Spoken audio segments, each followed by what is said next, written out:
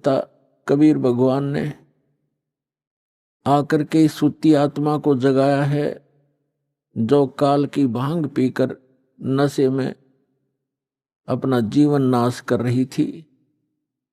उसके लिए परमात्मा ने स्वयं आकर हमें ज्ञान दिया है कि जो आज आप इस परिवार के पोषण में और संपत्ति के संग्रह करने में अपना पूरा मनुष्य जीवन नाश कर जाते हो, मनुष्य जीवन का केवल इतना ही काम नहीं था। ये क्रियाएं जो आप करते हो पशु पक्षी भी यही करते हैं। फिर मानव शरीर के मिलने का उद्देश्य क्या था, आवश्यकता क्या थी, ये परमात्मा स्वयं आकर ज्ञान कराते और उस ज्ञान को आगे कुछ अज्ञान बना करके काल के दूत, काल के संत प्रेरणा तो करते रहते हैं, लेकिन उनके पास समाधान नहीं होता। जिसके पास समाधान नहीं है वो ज्ञान भी व्यर्थ है। जैसे किसी को कोई रोग है, किसी ने बता भी दिया कि आपको अमोक रोग है, औषधि है नहीं और है तो वो डुप्लीकेट है, तो वो ज्ञान भी वो समाधान भी वो दोनों व्यर्थ हैं, यूजलेस हैं। ठीक इसी प्रकार तत्व ज्ञान के अभाव से जो भक्ति भी करते थे, मनुष्य जीवन का उद्देश्य भी जो शब्द बता दिया करते थे, आत्म कल्याण ही मनुष्य जीवन का उद्देश्य है, लेकिन उनके पास समाधान नहीं था। तो परमात्मा ने आकर के समाधान भी बताया है और ये तत्व ज्ञान भी बताया है। क्या बताया है परमात्मा ने कि मात पिता मिल जाएंगे इस 184 माह, जहां भी आपका जन्म होगा, कुत्ते की योनि में जाओगे वहां भी माता पिता मिल जाएंगे, गधे की योनि में जाओगे वहां भी आपको माता पिता मिल जाएंगे, पक्षी बनोगे वहां भी माता पिता मिल जाएंगे, मनुष्य जन्म होगा वहां भी माता पिता मिल जाएंगे। लेकिन मनुष्य शरीर के अतिरिक्त हमें परमात्मा नहीं मिल सकते, सतगुरु नहीं मिल सकते। इसलिए परमात्मा बताते हैं कि माता पिता मिल जाएंगे 184 माह और सतगुरु सेवा और या बंदगी भाई फेर मिलन की ना। मानुष जन्म पाया कर जो नहीं रट हरि नाम, जैसे कुआ जल बिना फिर बनवाया क्या काम।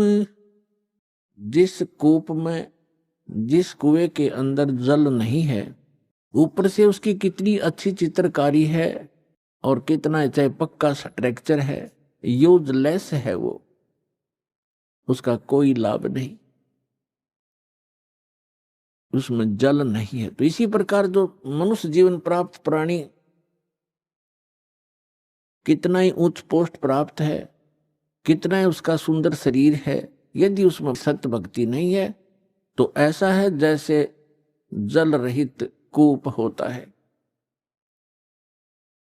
मानुष जन्म पाय कर जो नहीं रटे हरि नाम, जैसे कुआ जल बिना बनवाया क्या काम। मानुष जन्म दुर्लभ है ये मिले न बारंबार, जैसे तरवर से पत्ता टूट गिरे वो बोर न लगता डर। इसके लिए परमात्मा हमें याद दिलाते हैं आपके पास मानव शरीर भी है और आपको सतगुरु भी मिल गए। समझा है तो सिर धर पाओ, बहुर नहीं रे ऐसा दाव।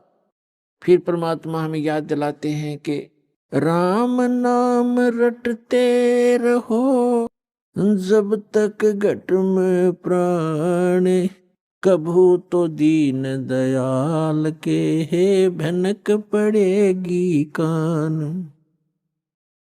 आज कहे मैं काल भजूं और काल कहे फिर काल, आज काल के करते ही तेरा समय जावेगा चाल।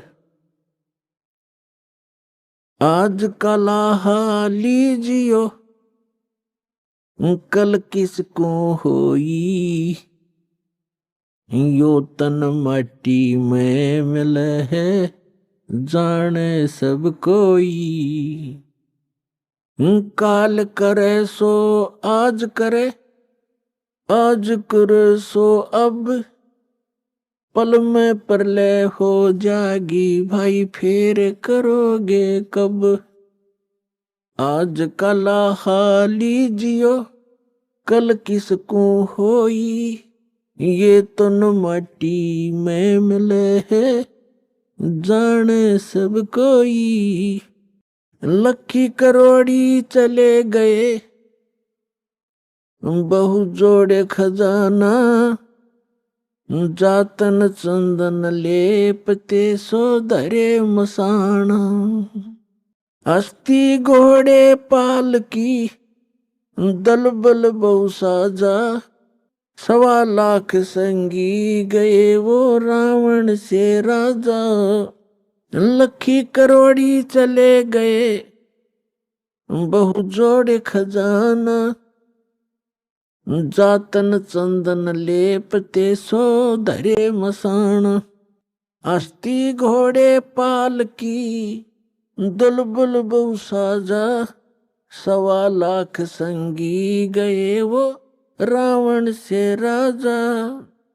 कुंभकर्ण से वीर थे वो लंका छत्रधारी, बिना नाम वंश डूबेगा न्यो समझावे नारी।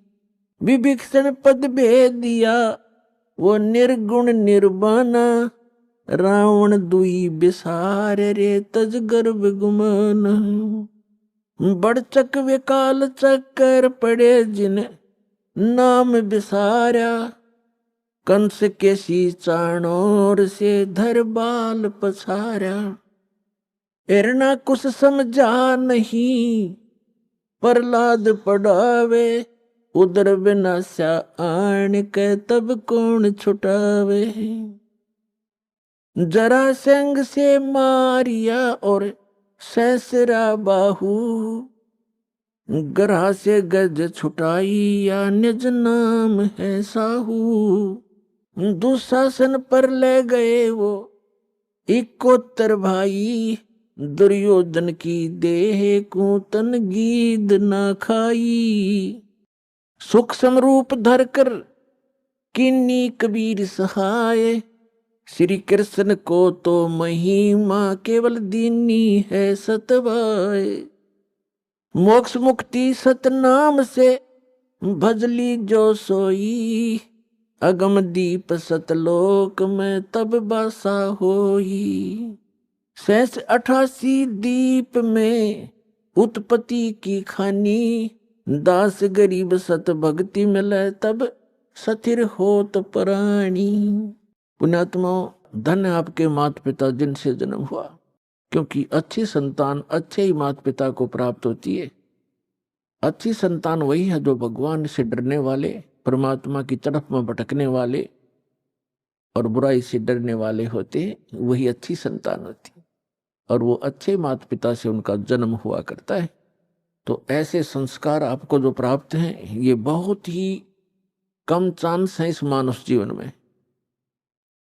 आप बालक को आपको ज्ञान नहीं, ये दास इस मार्ग का मास्टर बना दिया कबीर भगवान ने। इस दास को मालूम है आपकी कितनी कीमत है, आप कितने पुण्यकर्मी प्राणी हैं, क्योंकि लाल को अपनी कीमत का स्वयं ज्ञान नहीं होता, जोर ही कीमत लगाता है। अब क्या बताते हैं परमात्मा कि आज का लाहा लीजियो कल किसको होई, और ये तन माटी में मिले जाने सब कोई। सबको मालूम है मरेंगे, पर एक सबसे बड़ी भूल हमारा ये लगी है कि अभी नहीं मरेंगे। कब मरेंगे? अप्रोक्सीमेट है, अप्रोक्सीमेशन है कि जैसे कोई 20-30 वर्ष का बच्चा है, बेटा है या बेटी है, वो तो स्वाभाविक निश्चिंत है कि अभी तो 100 वर्ष के आसपास मरते हैं। 80-70 वर्ष तो बहुत हो जाते हैं। और जो 50-40 के हो गए वो भी अभी सोच रहे हैं अभी नहीं मरेंगे क्योंकि उम्र बहुत है। और जो 70 और 80 के बीच में पहुंच गए वो भी अब ये सोच रहे हैं अभी नहीं मरेंगे। और जो 90 के आसपास हैं वो भी यही सोच कर जी रहे हैं अभी हो सकता है और 10-5 वर्ष और हों। लेकिन हम उसमें भूल जाते हैं 10 वर्ष के बालक, 2 वर्ष के बच्चे गर्भ के अंदर भी 1 वर्ष का, 6 महीने के, 20 वर्ष के, 30 वर्ष के, कोई किसी कारण से 50 और 40 वर्ष के, ये सब मृत्यु को प्राप्त हो रहे हैं। तो इसलिए परमात्मा याद दिलाते हैं कि आज का लाहाली जियो कल किसको होई। जो अपना धन इकट्ठा कर लोगे, भक्ति कर लोगे, दान धर्म कर लोगे, वो आपका होगा। बाकी ये रेस्टोरेंट है, आपने सब कुछ बना बनू कर यहीं छोड़ जाना, आप साथ नहीं ले जा सकते।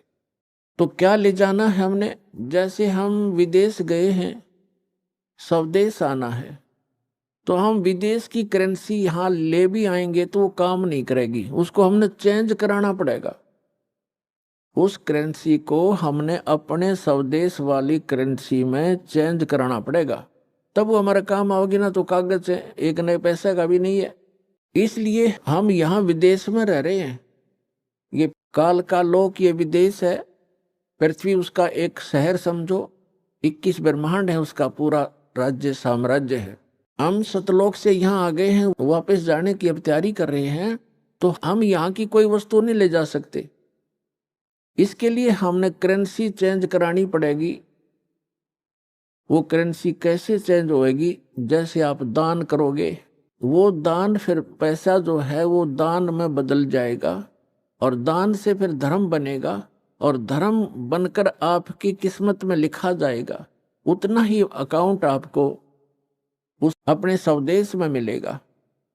ये आपकी करेंसी चेंज करानी है। तो इसको जितना आप करा पाओगे वो आपका, और जो करेंसी चेंज नहीं करा पाए वो इस काल की यहीं छोड़ के आनी पड़ेगी आपको।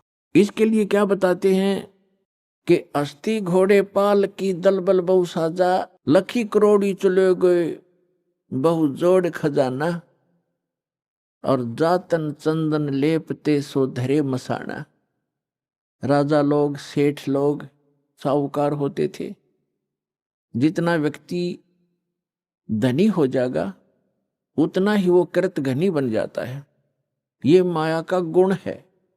राजा लोग क्या करते थे, सारे शरीर पर, जैसे आजकल तो एसी चल पड़े, कूलर कालर हो गए, राजा लोग क्या करते थे, चंदन को घिसवाते थे, और गर्मियों के दिन में सारे शरीर पर चंदन लगा लिया करते थे, और शीतलता प्राप्त करते थे उससे। चंदन जो है बहुत शीतल होता, ठंडा तासीर होती है। इसी प्रकार सेठ और साहूकार।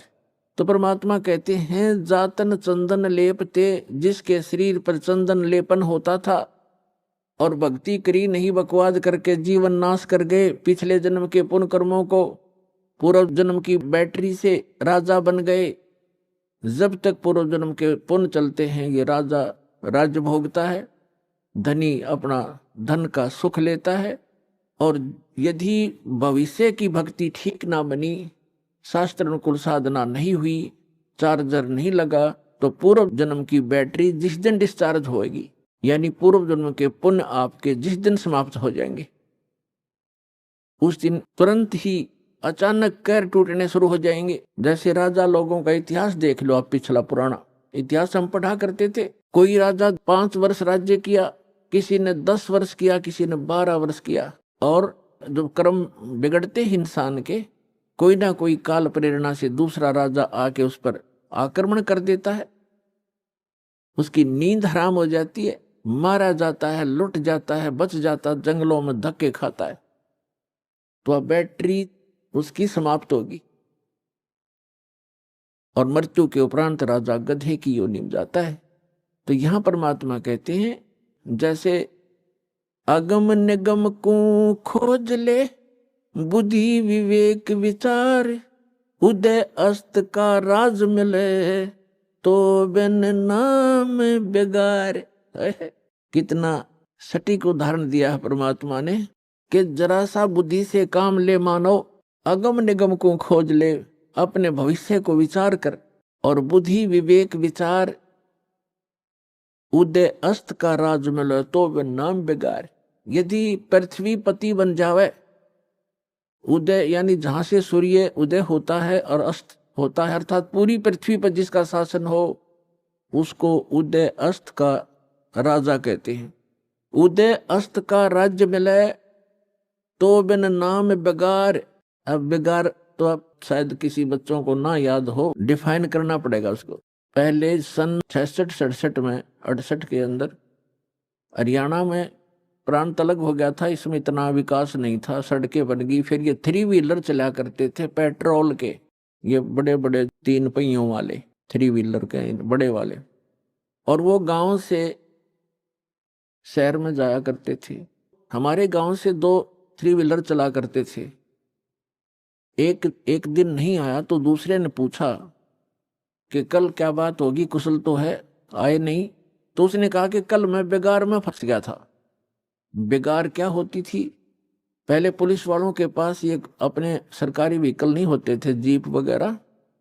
ये ऐसे ही किसी की जीप पकड़ लेते, एक दिन किसी का 3 व्हीलर पकड़ लेते, कोई 4 व्हीलर जबरदस्ती ले लेते, और उसको सारा दिन अपना जो भी उनके काम होते 10-5 गांवों में, कितना रेड मारनी होती, कितना शराब पकड़नी होती, कोई चोर पकड़ना होता या कोई वैसे क्रिमिनल आदमी पकड़ने होते, तो उनको ले जाते थे। वो पेट्रोल भी अपने पल्ले से डाला करता व्हीकल वाला, और सारा दिन उसका पहिया नहीं टेकने देते। आम व्यक्ति को तो ऐसे लगे जैसे बड़ी स्पीड से जा रहा है, कोई अच्छी कमाई कर रहा होगा वो 3 व्हीलर वाला, और वो फंस रहा था बिगार में। तो वो बता रहा था कि कल मैं 200 रुपये अपने घर से लगा कर आया हूँ, यानी उस समय के 200 रुपये आज के 20,000 भी मेरे ख्याल में कम होंगे। कहता 200 रुपये का पेट्रोल अपने पल्ले से लगाया, सुबह ले गए मुझे पकड़कर 6 बजे, रात के 11-12 बजे छोड़ा मुझे। 200 रुपये का तेल लग गया और पल्ले से रोटी खानी थी। वो तो कल मैं बिगार में फंस गया। अब क्या था कि सारा दिन वो चलता तो खूब दिखाई दिया, पहिया टेका नहीं, बहुत स्पीड, इधर चल उधर चल, और इनकम 1 नए पैसे की नहीं थी, खर्चा सारा का सारा था। इसको कहते हैं बिगार। तो जो राजा लोग या सेठ या अन्य कोई भी व्यक्ति समझो, अब जब राजा को ही लिया जाता है, बाकी अन्य नागरिक तो अपने आप अपने औकात से परिचित हो जाते हैं। जब राजा भी जो भक्ति नहीं करता, वो भी बिगाड़ कर रहा है, तो आम व्यक्ति भी उससे अपनी तुलना कर सकता है कि जो भक्ति नहीं करता और केवल माया जोड़न में लाग रहा है, तो वो राजा पूर्व जन्म की जो पुण्य कर्मों की कमाई थी, उसके आधार से, उस पूंजी से उसके खूब ठाठ बाट दिखाई देते हैं, जय जयकार हो रही है, जहां जाते हैं माला डालने वाले और जयकार करने वाले हैं, बैंड बाजा बजाने वाले खूब हैं उसके आगे पीछे। और वो भोली आत्मा अपने पूर्व जन्म की वो बैटरी को, अपने पूर्व जन्म की कमाई को समाप्त कर रहा है, आगे चार्जर है नहीं, यानी भविष्य की भक्ति वो कर नहीं रहा। तो वो राजा बेगार कर रहा है, बेगार अपनी पूंजी को नाश कर रहा है, और पल की चैन नहीं। तो यहां गरीबदास साहिब जी परमात्मा से प्राप्त ज्ञान के आधार से कहते हैं, अगम निगम को खोज ले, बुद्धि विवेक विचार, उदय अस्त का राज मिले, तो बिन नाम बेगार। हाय हाय, उन आत्माओं कलेजा हिल जाए इंसान का, जरा सा सोधी में हो, जरा सा भी विवेक रखता हो। हमारी बुद्धि पर पत्थर पड़ चुके हैं, हम पूर्ण रूप से कितने विद्वान पाक रहे हो, चाहे इंजीनियर बन गए हैं, चाहे हम डॉक्टर बन गए, और चाहे प्रधानमंत्री बन गए, हम भक्ति मार्ग में शून्य है, अध्यात्म मार्ग हमारा शून्य है। और किसी की पूर्व जन्म की प्रेरणा से वो की ट्राई भी कर रहा है, तो वो केवल डले ढो रहा है शास्त्र विरुद्ध साधना करके। तो सौभाग्य आपका, आपको एक ज्ञान सुनने को मिला, और धन्यवाद करा करो उस परम पिता भगवान कबीर साहिब का कि ये ज्ञान आप तक पहुंच चुका है। इस दास को पता है, या मेरे साथ जब से लगे हैं आपके भाई बहन, कितना संघर्ष करके आप तक ये ज्ञान पहुंचाया। न ये काल के दूत, ये दुष्ट लोग इस ज्ञान को ऊपर नहीं आने दे रहे थे। 600 वर्ष पहले परमात्मा आकर चले गए, क्योंकि हम अशिक्षित थे, हमारे पूर्वज, और इन दुष्ट लोगों ने हमारे तक वो परमात्मा का ज्ञान नहीं आने दिया। ये कह करके कबीर तो अशिक्षित है, ये ब्रह्मा विष्णु महेश की निंदा करता है, ये देवताओं की निंदा करता है, इसको मारो पत्थर, इसको भगा दो। और जब से इस दास पर दया हुई परमात्मा की, दास की नींद खुली और ये तत्व ज्ञान हुआ, उसी दिन से बेचैनी बन गई।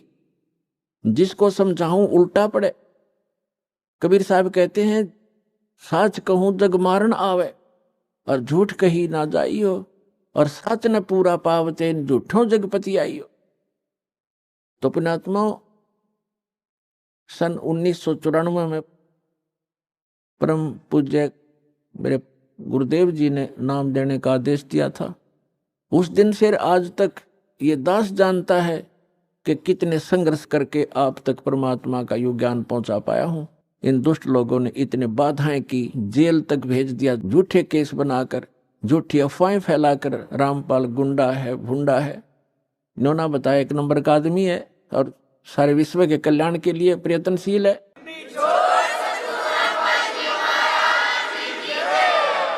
तो पुण्यात्माओं, आप सभी का कर्तव्य बनता है अपने बहन भाइयों तक यह ज्ञान पहुंचाने का। इस मार्ग के अंदर सबसे पहला आपको सहनशील बनना पड़ेगा, क्योंकि ये ऐसा ज्ञान है जो भी सुनता एक बार उसमें तूफान आता ही आता है। जैसे आप अपने छोटे भाई बहन को या बच्चे को कोई मेडिसिन खिलाते हो और उसकी जीभ पर रखते वो थूक भी देता है और रोता भी है, और कई बार तो अपने माथ पे चाहे कपड़े भी पकड़ लेता है, मेरा मुंह खराब हो गया, कोई बात नहीं, वो अपना ही तो है, जो ऐसा कुछ कर रहा है विरोध वो अपना ही था, उसी के लिए आप प्रयत्न कर रहे हो उनकी जीवन रक्षा के लिए। तो उसको फिर धीरे धीरे वो टैबलेट, इंजेक्शन वो लाने पड़ेंगे, उसको खिलाना ही पड़ेगा, तो तब जा करके वो स्वस्थ होगा।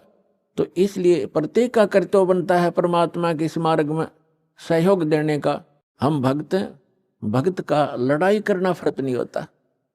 परमात्मा खुद आए थे और उनके साथ कितनी बदतमीजियां की थी। उस परमेश्वर कबीर जी ने किसी को बद्दुआ भी नहीं दी, ऐसे बद श्लोक किए थे। अब कभी बताया करेंगे, क्योंकि पहले तो आपको ये ज्ञान समझाते हैं, वेद पुराण गीता से आपको परिचित कराते हैं, ताकि फिर आपकी बुद्धि ये स्वीकार कर ले वह कि कबीर इज गॉड।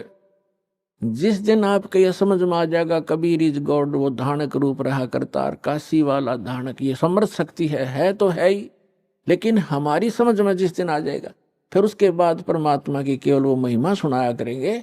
परमात्मा की अमर वाणी से आपकी आत्मा भी भोर हो जाया करेगी, आंखों से आंसू पड़ा करेंगे। इतना कुछ तंग किया मालिक को, उनकी कथा कभी सुनते हैं पढ़ते हैं तो आंखों से आंसू नहीं रुकते, कलेजा फटने को हो जाता है।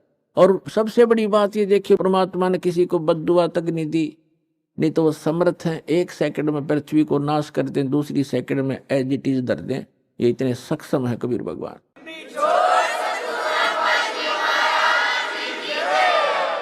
लेकिन उन्होंने उनको बद्दुआ नहीं दी, क्योंकि उनको मालूम था कि ये मेरे ही बच्चे हैं। इन्होंने भांग पी रखी है काल भगवान की, और इन दुष्ट लोगों ने मेरे बच्चों को मेरा विरोधी बना दिया है काल के दूतों ने। और वो काल के दूत कौन है? वो गुरु पद पे, वो भी तो परमात्मा के बच्चे हैं।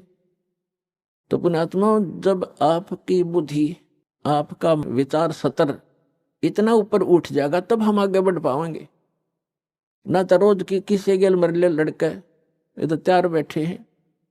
तो हमने अपने मिशन को सफल भी करना है, अपने आप को बचा के भी रखना है, और परमात्मा के ज्ञान को उसके बच्चों तक पहुंचाना है। कहते हैं आत्म प्राण उद्धार ही ऐसा धर्म नहीं, और जीव का उद्धार करा दे इससे बड़ा कोई पुण्य नहीं है।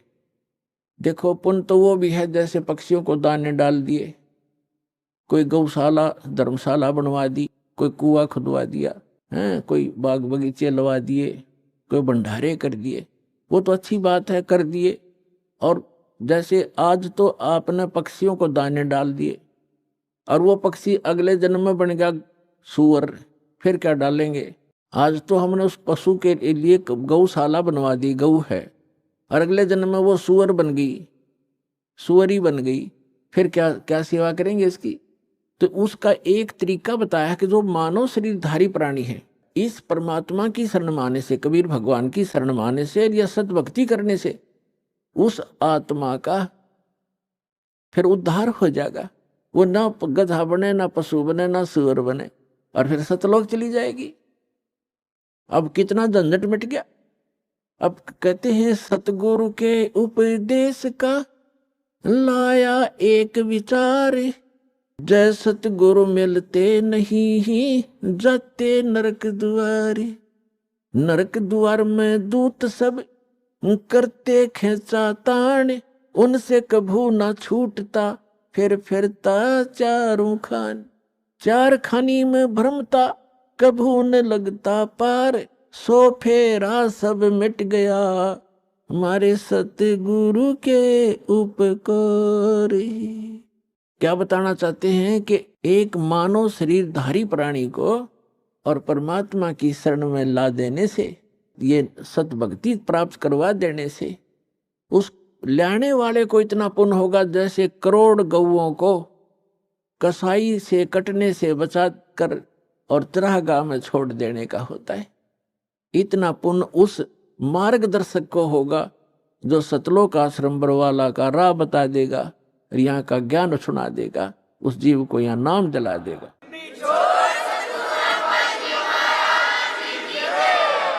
तो फिर उसके बाद कहते हैं उस भक्त का सारा बाईपास निकल गया, सतगुरु मिल गए, सतगुरु के उपदेश का लाया एक विचार, और जस्ट गुरु मिलते नहीं हम जाते नरक द्वार। नरक द्वार में दूत सब फिर करते खेचा तान, उनसे कभू ना छूटता, फिर फिरता चारों खान। चार खानी में भ्रमता और कभू न लगता पार, और सो फेरा सब मिट गया, मेरे सतगुरु के उपकार। अब ना वो पशु बने, ना पक्षी बने, और ना कोई और नरक में जावे, तो कितना बाईपास निकाल दिया परमात्मा की कृपा से, उस सच्चे नाम से वो कितना बाईपास निकल गया। तो इस प्रकार कहते हैं आत्म प्राण उद्धार ही, ऐसा धर्म नहीं और इससे बड़ा कोई पुण्य नहीं प्राणी को। पुण्य तो और भी है, लेकिन अगर आप परोपकार करना चाहते हैं, आपके दिल में दया है प्राणियों के प्रति, तो मानव शरीरधारी प्राणी को परमात्मा की शरण प्राप्त करवा दे। बुरा वो भी नहीं है जैसे पक्षी है, अपने घर पर दाने डाल दो, कुत्ता आता है रोटी डाल दो, अपने ही घर पर डालो, कहीं विशेष स्थानों पर मत भटको, ये व्यर्थ है। और अतिथि आता उसको भोजन करवा दो, कोई भी मांगने वाला आता उसको पैसा मत दो। कई भक्त कहते हैं ये तो फिर हमारे दिल में दया खत्म हो जाएगी यदि हम भिखारी को पैसा नहीं देंगे। परमात्मा कहते हैं दया का प्रयोग भी विधिवत करने से ही लाभ होगा, अन्यथा वो आपका भी भक्ति नाशक और दूसरे का भी हानिकारक, दूसरे को भी हानि कर देगा। जैसे एक धनी व्यक्ति ने दया भाव से एक भिखारी को 100 रुपये दे दिए।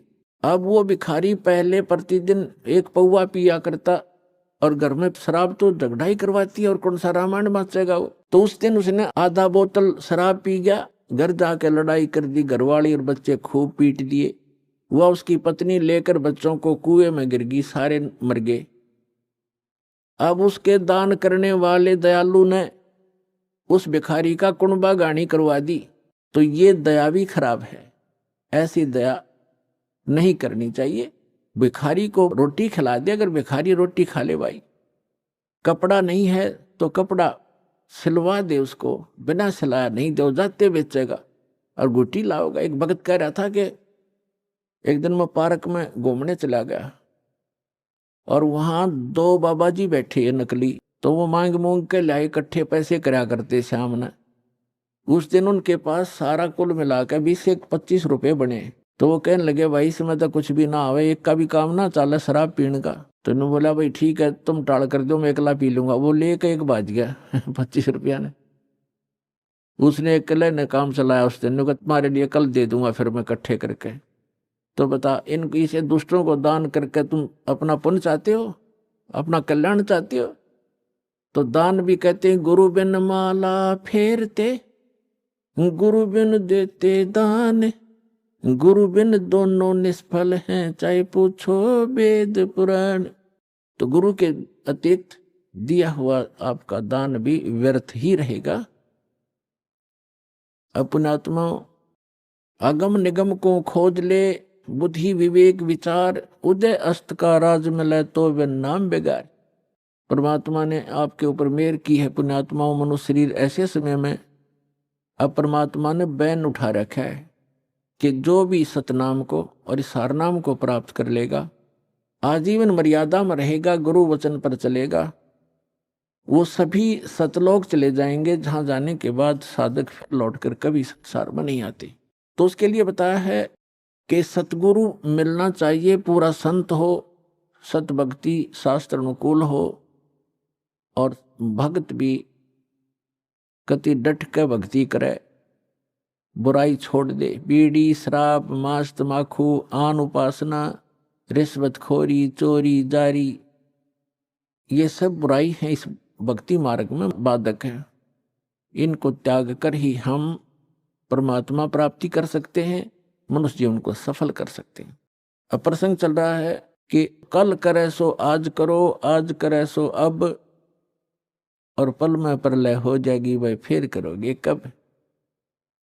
समझा है तो सिर धर पाओ, बहुर नहीं रे ऐसा दाव, आगे गए न बावड़े रहते भी सब जा, और बिन साहिब की बंदगी कहीं ठोर ठिकाना ना। जो पहले चले गए, मृत्यु हो, उन्होंने तो आके बताया नहीं हमारे साथ क्या बना, और शेष भी सब चले जाएंगे, ऐसे ही मृत्यु को प्राप्त हो जाएंगे।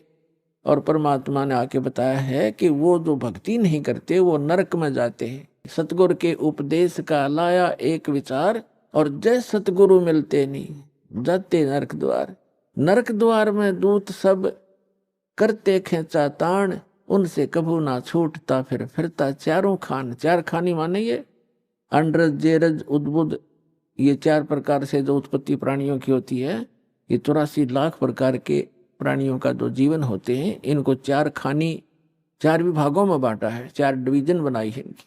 और चार खानी में भ्रमता कबो ना लगता पार, सो फेरा सब मिट गया मेरे सतगुरु के उपकार।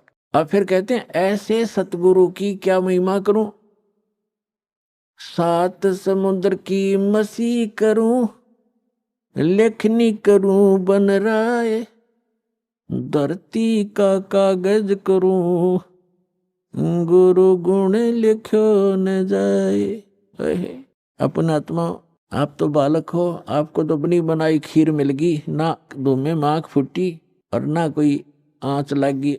आपको तो परमात्मा ये बना के धर के गए थे, यो ज्ञान तत्व ज्ञान। लेकिन इन काल के दूतों के ना तो गीता पढ़ने वालों को गीता समझ में आई, वेद पढ़ने वालों को वेद समझ में आए नहीं, पुराण पढ़ने वालों को पुराण समझ में आई नहीं, और कुरान पढ़ने वालों को कुरान समझ में आई नहीं, बाइबल पढ़ने वालों को बाइबल का ज्ञान नहीं हुआ, और कबीर परमेश्वर की वाणी पढ़ने वाले इन कबीर पंथियों को परमेश्वर की वाणी का समझ नहीं आया। तो ये परमात्मा आपको बना कर दे गए सारा ज्ञान, और आप उन गुड बेटर बेस्ट, आप वो बेस्ट क्वालिटी की आत्मा हो परमात्मा की, जिनको सतलोक आश्रम बरवाला में ये सतनाम और सारनाम प्राप्त हो रहा है।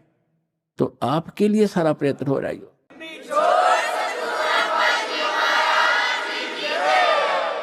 अपना आत्मा बैड होता है, बैड तो बैड से गुड भी बन सकता है। जैसे चोर चोरी करता था, यो ज्ञान हुआ, चोरी छोड़ दी, भगत बन गया। शराबी शराब पीता था, शराबी कहलाता था, शराब छोड़ दी, भगत भक्ति करने लग गया, भगत कहाया। तो इसी प्रकार हम बैड से गुड बन जाएंगे, गुड से फिर बेस्ट बन जाएंगे, फिर बेटर बन जाएंगे। तो बेटर बनने के बाद हम सतलोक जाएंगे। तो जिनको सतलोक आश्रम बरवाला प्राप्त हुआ, मर्यादा में रहे, सत भक्ति करते रहे, तो वो बेस्ट क्वालिटी की हंस आत्मा है भगवान की, और उन पर विशेष रजा है परमात्मा की। अब जैसे परमात्मा हमें आकर ज्ञान देते हैं, रह रह कर समझाने की चेष्टा करते हैं। सात समुद्र की मसी करूं और लेखनी करूं बन राय। एक किसी भी एक मान ले पेड़ को काट कर रख लो, और उसकी छोटी छोटी टहनी बड़े तने सबको चीर चीर कर कलम बना कर रख दे, ढेर लाग जाएगा। और परमात्मा कहती उस एक पेड़ की सब कलमों को लिखना शुरू कर दे। धरती जितना बड़ा कागज हो, सात समुद्रों जैसी इंक हो, स्याही हो, तो कहती ये सब लिखते लिखते कलम घिस जा, सात समुद्र की इंक भी समाप्त हो जावे। ऐसे सतगुरु का, ऐसे सतगुरु के गुण लिखे नहीं जा सकते। अब क्या लिखोगे? एक कुत्ते का जीवन लो, उस कुत्ते के जीवन में क्या क्या कष्ट उसको होते हैं।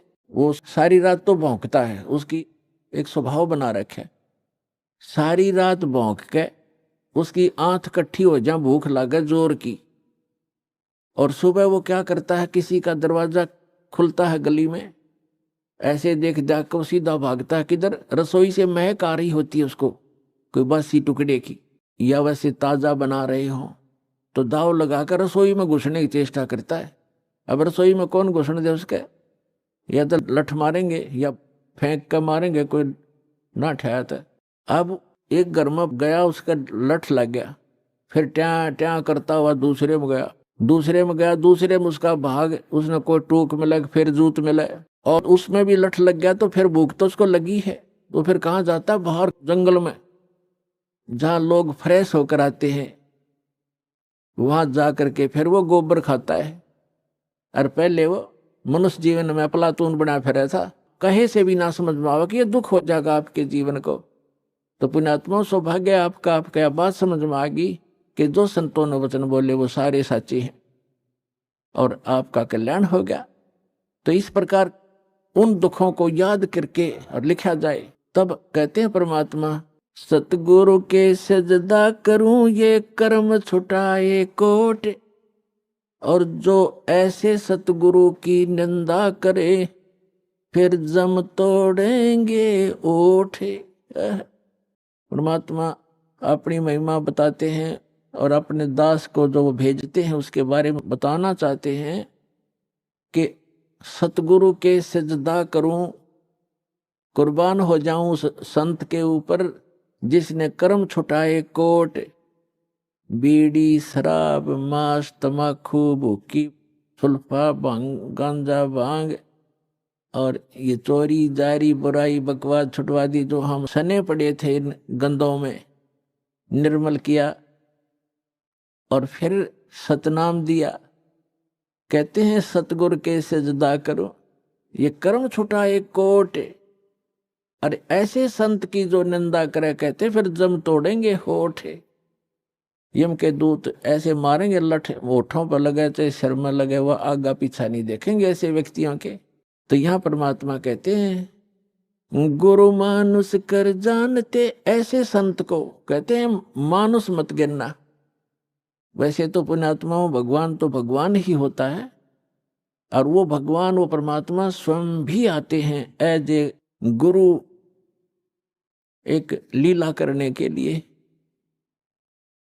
और जब वो स्वयं आए थे उस समय हम यही मार खा गए थे। एक झोपड़ी में बैठ कर कपड़ा बुनने वाले व्यक्ति के 64 लाख सेस हो जाना, ये एक अजूबा है, जैसे हमारी बुद्धि काम करती होता है।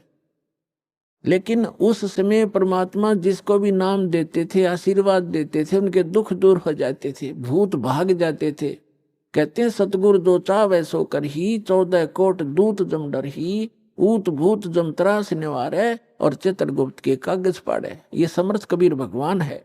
ये आपके ऊत भूत किसी प्रकार का भी आपके ऊपर 3 ताप का दुख हो, प्रेत बाधा हो, पितृ बाधा है या कोई जिंद बाधा है, अब प्रधानमंत्री के सामने फिर चोर कैसे रुकेंगे? उसके साथ तो बहुत घने बॉडीगार्ड होते हैं। तो जो भक्ति ना करके शरीर छोड़ के वो भगवान के चोर हैं। जिन हर की चोरी करी और गए राम गुण भूल, ते बिदना बागुल किए रहे उर्द मुख चूर। ऊत भूत जम त्रास निवार, यम के दूत भी निकट नहीं आ सकते। कहते सतगुर सरना आए के। और धर्मराज डर कैसा? धर्मराज कहते ये नौकर हैं यम के दूत जो आकर सताते हैं, चाहे प्रधानमंत्री हो, मृत्यु के बाद बक्कल तार देंगे, पकड़ के ले जाएंगे, टीटवी गले से पकड़ लेते हैं, बाजू पकड़ लेते हैं, घसीट कर ले जाते हैं। जिसके पास भक्ति धन नहीं उससे यम के दूत नहीं डरते। और समर्थ साथ नहीं है तो कबीर परमात्मा ये समर्थ भगवान है, अनंत कोट ब्रह्मांड के स्वामी हैं। तो यह बताते हैं सतगुरु की शरण में आकर फिर धर्मराज का भी डर नहीं, यम के दूत की तो बातें छोड़ो तुम। तो पुण्यात्मा उस झोपड़ी में बैठे व्यक्ति का और कपड़ा बुनने वाला और उसके 64 लाख से सो जाना, और हमारी समझ में नहीं आया कि ये भगवान है। ये गले नहीं उतरी कि यूं भगवान हो सकता है। और भगवान सिंगाड़ा होया करे, जिसका सींग सांग लग रहे हो या बंदूक बंदाख ले रखी हो। अरे जो आप पर आपत्ति आई और दूर कर दी मालिक ने, और ऐसी भक्ति दी, आपका सारा सुख दे दिया। सब जो भी शरण में आए थे गिनती नहीं कर सकते, इतने सुख दिए दाता ने। और लेकिन उन सिरफरों के बकाए हुए ये कह दिया करते, नहीं यो तो वैसे सिद्ध पुरुष है, को सिद्धि शादी जानता है, ये भगवान थोड़ा ही हो सकता है। वह हम मान्य करते भगवान श्री राम और श्री कृष्ण, जिसके हाथ में तीर, सुदर्शन चक्र, और हनुमान जी के पास गदा, और माता ले आठों हाथों में हथियार, तो हम इसे ईशान भगवान मानना थे। यह बुद्धि पर पत्थर पड़ रहे थे, इसी कारण से हम फेल रहे।